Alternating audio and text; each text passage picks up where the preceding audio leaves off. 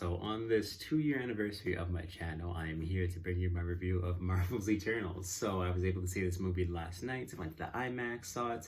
This is the first time I've seen a 3D movie in almost 2 years, so seeing like everything pop up on my screen a lot closer than I remembered it was definitely a fun time, a little bit spooky. I definitely don't remember it ever coming that close. Of course, this is the next entry into the Marvel Cinematic Universe, and this has an amazing cast from actors like Richard Madden, Kit Harington, Angelina Jolie, Kumail Nanjiani. Like, there's just a great cast here, and they all bring a lot of just really great things to their roles in this film. But this is a really long movie. It clocks in at about 2 hours and 35 minutes. There is, of course, 2 after credit scenes, so you're going to want to stick around for those too. And the director of this movie is Chloe Zhao. She won an Oscar for Best Picture last year for Nomadland, so she brings a lot of her directorial talent to this film, and you can definitely see a lot of inspiration from Denis Villeneuve, who did Dune and Blade Runner 2049. You definitely see a lot of that influence in the shots in this film here. So without further ado, let me get into my review for Marvel's Eternals. So when I was thinking about how I want to approach this review, there's a lot here that I can't quite really get into without spoiling character motivations and a lot of the story. So I'm going to try my best for this video to be spoiler free,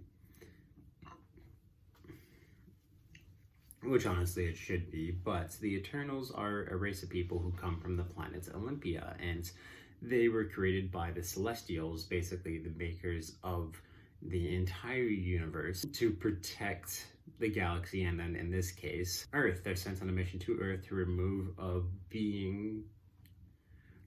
a race of beings known as the Deviants, who basically feed off energy, which is what the Celestials need to create more planets, worlds, other beings. So the Eternals are always in like a deadlock fight against the Deviants. But after 7,000 years, the group of course, they came to Earth together, but now they've separated, they've scattered around the Earth, but they have to come together because after basically 2,000 years of thinking that they've destroyed the Deviants, they start coming back. The Earth starts to change in certain ways that they just never anticipated.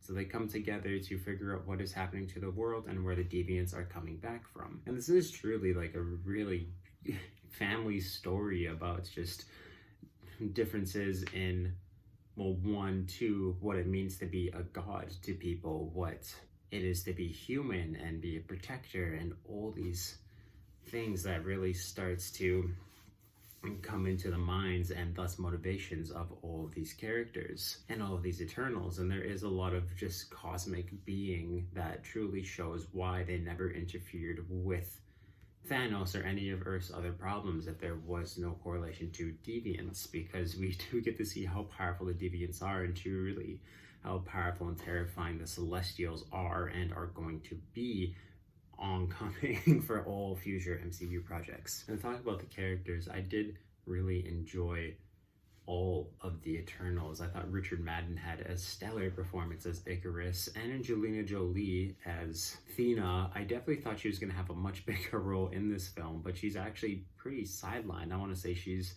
one of the Eternals that we get to know kind of the least about, or just actually have her thrive as a character. But of course too, we got people like Gilgamesh, and just seeing all of them throughout history shape the history that we have here on Earth was really, really cool in terms of God's tales that Sprite was telling the people that we still see and influence today. And I just thought they did a really good job jumping around history and just showing the history of humans and human conflict, human love, things like that shape their ideals and all of their motivations for like the entire runtime of this film. I thought they did a very good job showing that. And two, just when they're together, they truly felt like a family, and it was really fun to watch them basically just, 1, clash, 2, have great times together, food together, all of these things. I thought they just did a very good job creating, like I said, a family, and it truly felt like every single one of them belonged here. And when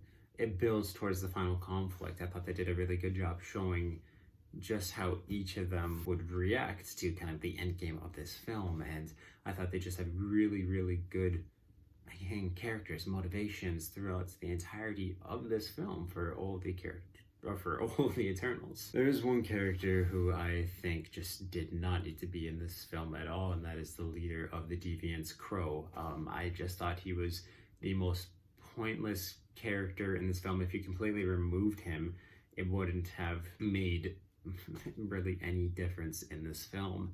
It's just for him being kind of as big a character in this plotline as he was in the comic books, to just have him like maybe 3 or 4 speaking lines, and it's just, he did not need to be in this movie. His presence added nothing, and him not being in the movie either, just this would have stayed really the same. So I just wish that they would have been able to have him throughout the movie a lot more. You don't get him until I think well past the second half of this movie.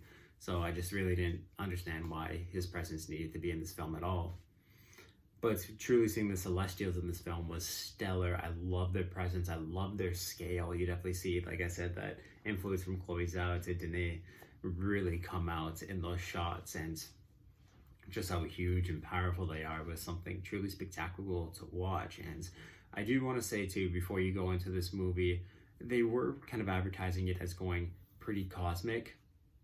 This is a story about humans, about Earth, about grounding it down on our planet. So we don't really go cosmic in this film. We get teasers of what that's going to look like and just how vast and huge it is going to be, but it never like goes cosmic in this film. Into the action in this film is, well, it's just, the directing is so good. I love the score. Like I said, the scale shots, some of the most fun I've had watching its speedster run around in a film ever was I found in this film. It was really cool to watch. All the powers are fantastic. The fights are amazing. I said the landscapes and all the practical sets that they go to, or just like the real life locations that they shoot at, are stunning and beautiful, and just make for, I said, just really showing how they come to love Earth and be the protectors, or the secret silent protectors of Earth. Like I said, when it comes to the fight scenes, they were fantastic, but I found some of them, especially Icarus, was very reckless with their powers, and I feel like if they've been doing this for 7,000 years or longer, they would have been able to control it a little bit better. They never really went into this is how you have to fight deviants, but I just found some of their powers were a little reckless compared to really what they should be, where they're putting humans in danger quite more often than you think they should be for being the protectors of Earth. And I found too that a lot of their character motivations change by being drawn to the people in this. And like I said, this is where I'm trying not to get spoilery, but I found that there wasn't enough interaction with humans in this film at all for me to really see how their alliances were changing and all these things. So I wish there just would have been a lot more interaction with them and humans, or just having human characters be in the story a little more, or just more scenes where you see a certain human change their perspective on things. You see them more as just protecting humans throughout the entirety of this film, rather than them interacting with them themselves. We do see a bit of that with Cersei and Kit Harington's character, Dane Whitman, and they do make mention of the Ebony Blade in this film, but again, I don't want to get into spoilers, but he does not become blacked out in this film. But there is, again, they talk about the Ebony Blade, so they're leading up to it, and you do get to see some of his heroistic traits where he's leading people away from danger, but of course he's just human at this point, and their relationship is mostly just romantically based, and there's some comedy that they have between Cersei and Dane, but I found that this was one of the only relationships in this film that you really get to see between humans and Eternals. And also Kingo has his assistants that he's, Kumail Nanjiani's character, that he's working on in Bollywood films, that truly just kind of shape a bond between everyone. But I wish there just would have been a lot more interaction between the Eternals and humans to really push their story and their motives further. This movie kind of can feel a little overlong at some points too, but truly watching and seeing them all interact with each other, there wasn't a scene in this film that I did not like, that I did not think was important for the characters. I thought there was just really good drama and moments between them that I'm happy that we got to saw, because it was really fun watching them all interact, as I said, as a family on screen. But I did find that the third act, so the finale of this film, was a bit of a mess, just in terms of, like I said, the damage that they leave behind on the planet, and just kind of leaving it at that, not really going into just how that's going to change how anyone views the planet. And the Eternals just being okay with leaving things the way that they did. It's just, the final act happened really fast, and it was super fun to watch. The fight scenes were amazing. Like I said, the coolest speedster I've seen in a long time. I thought her fight scenes were just absolutely unbelievable. But I love the diverse cast and just having them build around the world and having them separate and truly become their own characters instead of just always acting as a team. I thought was a very good direction for the Eternals to see. But yeah, a rushed third act definitely kind of made that whole finale feel very sloppy, and I wish there would have been a lot more focus on it. And then when it comes to the 2 after credit scenes, definitely stick around. I highly recommend them. The first one is very cool. Unfortunately, I got this spoiled a week before I saw the movie by a radio station. I'm certain you all heard the news about a particular casting that has come into this film, so that was one of them. But glorious shots. I'm super excited to see this actor portray this character, and I think it's going to be very good. And then the second after credit scene, I have theories about what happens in it, but again, it's setting up another character that's going to come into the MCU who's going to be extremely important. I'm very excited to see more of it, so definitely stick around for both of these after credit scenes before you leave the movie. But really, with all this taken together, I did really enjoy the Eternals, and I can't wait to watch it again.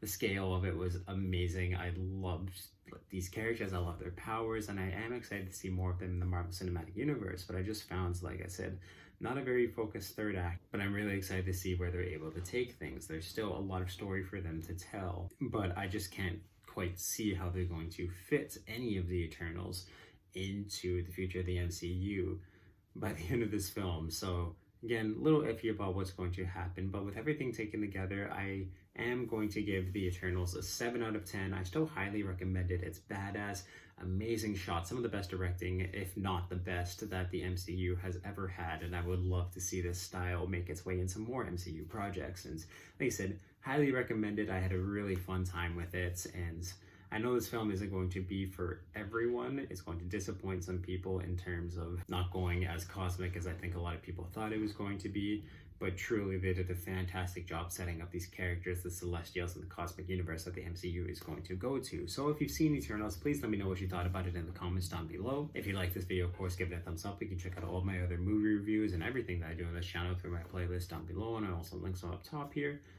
Subscribe and turn the little ringer on if you want to know when I upload new videos. And if you want to check out everything I do live stream and Twitch-wise, there's a link in the description of this video and on my channel to my Twitch accounts. And there's also a link in both of those spots to the Media Mountain, which is my Discord, where we talk about movies, video games, TV, comic books, pretty much everything that's awesome in this world. So definitely go join that amazing community and help make it even more amazing than it is already. And yes, go check out Eternals, and awesome, guys.